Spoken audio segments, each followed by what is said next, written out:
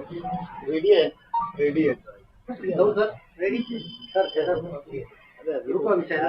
हाँ जी, 31 जुलाई को एनआईए ने जो फैसला किया वो सिर्फ एक फैसला था, इंसाफ नहीं था। उसके बाद नेशनल लेवल पर, लोकल लेवल पर लोगों की अपनी अलग अलग राय जरूर रही। उस बीच मालेगांव शहर में मौसम पुल पर और गांधी जी के मुजस्समे के सामने जिस तरह से शिवसेना और कुछ भगवा तंजीमों ने जुलूस निकाला और जश्न मनाने का काम करा, उससे पूरे मुल्क में एक मैसेज गया कि इतना गंभीर और संगीन मामला बम ब्लास्ट का, उस पर जिस तरह से हम ये मानते हैं कि नंगा नाच किया गया कल मौसम पुल पर और उनको रोका नहीं गया, कि बम ब्लास्ट जैसे संगीन मामले में मालेगांव शहर में ही, क्योंकि वो लोग भी मालेगांव में ही रहने वाले लोग हैं, उस शहर में जो लोग मारे गए थे, एक बच्ची थी, उसमें 6 लोग मारे गए थे, 100 से ज़्यादा लोग जख्मी हुए थे। कई पुलिस ऑफिसर बम ब्लास्ट के बाद वो भी जख्मी हुए थे। कहीं ना कहीं हम मानते हैं कि उनको सदमा लगा और इस तरह से कोई काम कभी इस मुल्क में नहीं हुआ। आप देखेंगे ट्रेन बम ब्लास्ट में जो आरोपी छोड़े गए, कोर्ट ने जिनको छोड़ा, वो तो जजमेंट आया और ये माना गया कि उनको फंसाया गया है। उसके बाद भी मुल्क में कहीं मुसलमानों ने कोई जश्न नहीं मनाया और सरकार ने फौरन हाईकोर्ट के फैसले के खिलाफ दिल्ली सुप्रीम कोर्ट में अपील दाखिल कर दी। और हम कल बॉम्बे हाई कोर्ट में थे, एनआईए कोर्ट के पास भी हम गए। हमको लगता था कि एनआईए कोर्ट के बिल्कुल बाजू में बॉम्बे हाई कोर्ट है। अगर महाराष्ट्र सरकार चाहती तो फौरन अपील दाखिल करती, मगर जिस तरह से सीएम का बयान, बीजेपी के बड़े लीडरों का बयान आया, तो ऐसा लगता है कि ये अपील में जाना नहीं चाहते। इसीलिए हमने ये तय किया कि जो मौसम पुल पे नंगा नाच हुआ है उसके खिलाफ और इनके अपील की जाए। तो माइनॉरिटी डिफेंस कमेटी और निधर्मी संगठन मालेगांव जो निहाल साहब ने बनाए थे, आज भी जो लोग मारे गए हैं वो निधर्मी संगठन से जुड़े हुए लोग हैं।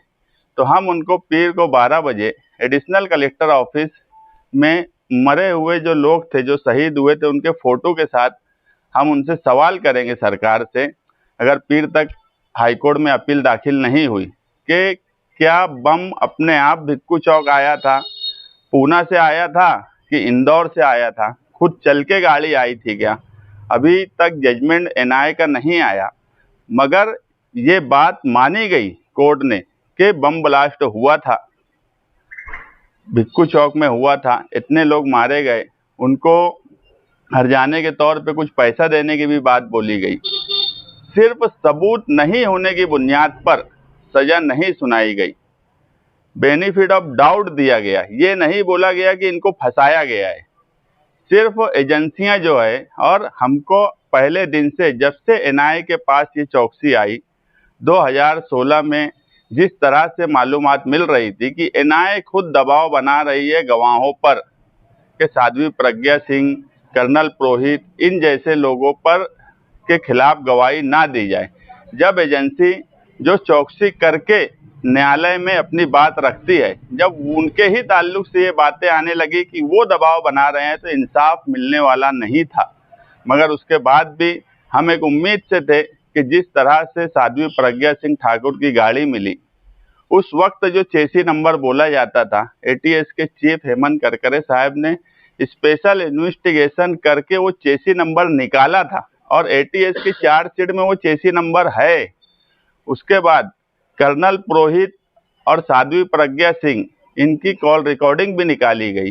नासिक में इनकी जो मीटिंग हुई उस पर भी चार्जशीट में हेमंत करकरे साहब ने लिखे, मगर उस वक्त हेमंत करकरे साहब 2008 में वो शहीद कर दिए गए पाकिस्तानी हमले में, और उसके बाद से पूरी तफ्तीश दूसरे रुख पर चली गई। हम उस वक्त भी देख रहे थे, क्योंकि मुसलसल निधर्मी संगठन की तरफ से हम तहरीक चला रहे थे।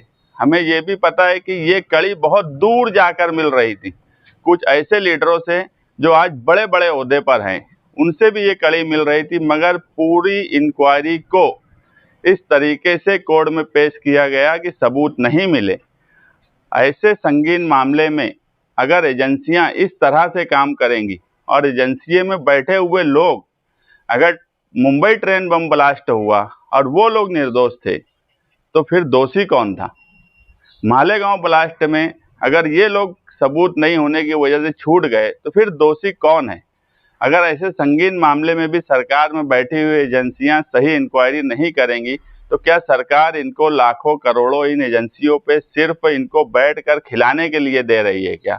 इनके ऊपर कार्रवाई होना चाहिए, ये एजेंसियों के ऊपर, कि 17-17 साल तक इंक्वायरी करने के बाद भी अगर ये लोगों को सबूत नहीं मिलता तो इतने बड़े बड़े officer, IAS officer, IPS officer in एजेंसियों में जो बैठते हैं, इनका मुल्क की को लेकर या मुल्क की सलामती को लेकर इनके अंदर क्या जज्बा बाकी बचा है? अगर इसी तरह से फैसले होने लगे तो ये आगे चल के मुल्क की सलामती के लिए अच्छी बात नहीं है। लोगों की हिम्मत खुलेंगी कि 15, 17, 18, 20 साल के चलने के बाद कोई इल्ज़ाम हिंदुस्तान की एजेंसियां साबित नहीं कर पाती। इसलिए अगर एजेंसियां साबित नहीं कर रही है तो सरकार उन पर कार्रवाई करे और फौरन इसकी अपील हाईकोर्ट में दाखिल करें।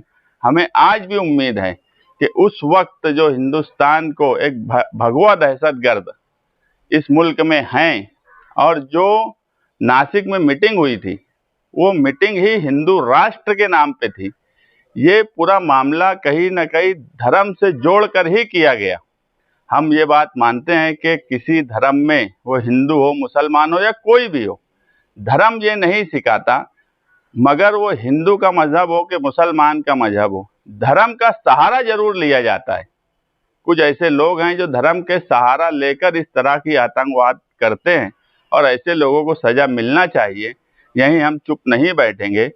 अगर सरकार ने अपील नहीं की तो माइनॉरिटी डिफेंस कमेटी पीर के दिन एडिशनल कलेक्टर ऑफिस में जाने के बाद आगे कानूनी तौर पर क्या करना चाहिए उस दिन फैसला करेंगे। कल इस तरह जिस तरीके से जश्न मनाया जा रहा था फैसला आने के बाद, और मालेगांव के अंदर आज पूरे शहर में जगह जगह पर पुलिस बंदोबस्त किया गया, इसको किस तरह से? देखिए, मालेगांव शहर के लोगों ने कल और आज जुमा होने के बाद भी, खास तौर से मुस्लिम हिस्से के लोगों ने सब्र का मुजाहिरा किया और फैसले को कबूल नहीं किया मगर सब्र किया। और ऐसे वक्त में पुलिस डिपार्टमेंट का काम था कि उनके जख्म पर जो नमक कल छिड़का गया मौसम पुल पर, उनके ऊपर कार्रवाई करना चाहिए थी कि बम ब्लास्ट जैसे संगीन मामले में अगर आप जश्न मना रहे हो, हाँ, अगर ये होता कि ये नहीं है और कोई है तो भी हम समझ लेते थे कि यार चलो ये नहीं थे, दूसरे लोग हैं। जब कोई नहीं मिला तो मालेगांव में ही रहने वाले जो लोग हैं, क्या वो 11 साल की लड़की फरहीन, उनसे शिवसेना और हिंदू तंजीमों को कोई हमदर्दी नहीं है क्या? वो बच्ची इंसान नहीं थी क्या? जो लोग मारे गए वो इंसान नहीं थे क्या? उनसे कोई हमदर्दी नहीं थी क्या? होना तो ये चाहिए था कि उस हिस्से के लोगों को भी उनके गम में बराबर शरीक रहना चाहिए था, जो कि हमने नहीं देखा। आज की संगठनों की ओर से निवेदन दिया गया, उन्होंने डिमांड की कि जबकि उलमा पर पाबंदी लगाई जाए। मुझे अभी उस मामले में कुछ मालूम नहीं है। ईद के रोज क्या माइनॉरिटी डिफेंस कमेटी वहाँ धरना करेगी कि सिर्फ निवेदन देगी? हम निवेदन देंगे, जो लोग मारे गए थे, जो लोग शहीद हुए थे, उनके फोटो के साथ, और हम पूछेंगे उनके फोटो के साथ। एडिशनल कलेक्टर से पूछने का मतलब है कि सरकार से पूछेंगे उस दिन कि क्या ये लोग जो शहीद हुए बम ब्लास्ट में, इनको मारने वाले लोगों को आप सजा नहीं दिलवाएंगे क्या? या फिर हमको ये बता दो कि पूना या इंदौर से बम अपने आप चल के आया था क्या? साध्वी प्रज्ञा सिंह ठाकुर की जो गाड़ी है वो अपने आप सेल्फ ड्राइविंग होके भिक्खू चौक तक पहुंच गई थी क्या? कोई ना कोई तो था जो बम प्लान किया, कोई ना कोई तो था जो उसकी साजिश में था, कोई ना कोई तो था जो मीटिंगें कर रहा था। कुछ ना कुछ तो मामला एक कॉन्स्पिरेसी के तहत, साजिश के तहत पूना से नासिक, नासिक से इंदौर, ये सारी कड़ी जुड़ी हुई है। एटीएस की चार्जशीट है, अगर एनआईए आज सही रुख पर नहीं है तो उस एटीएस की चार्जशीट को अपील के साथ दाखिल किया जाए। यही हमारी उनसे निवेदन रहेगा।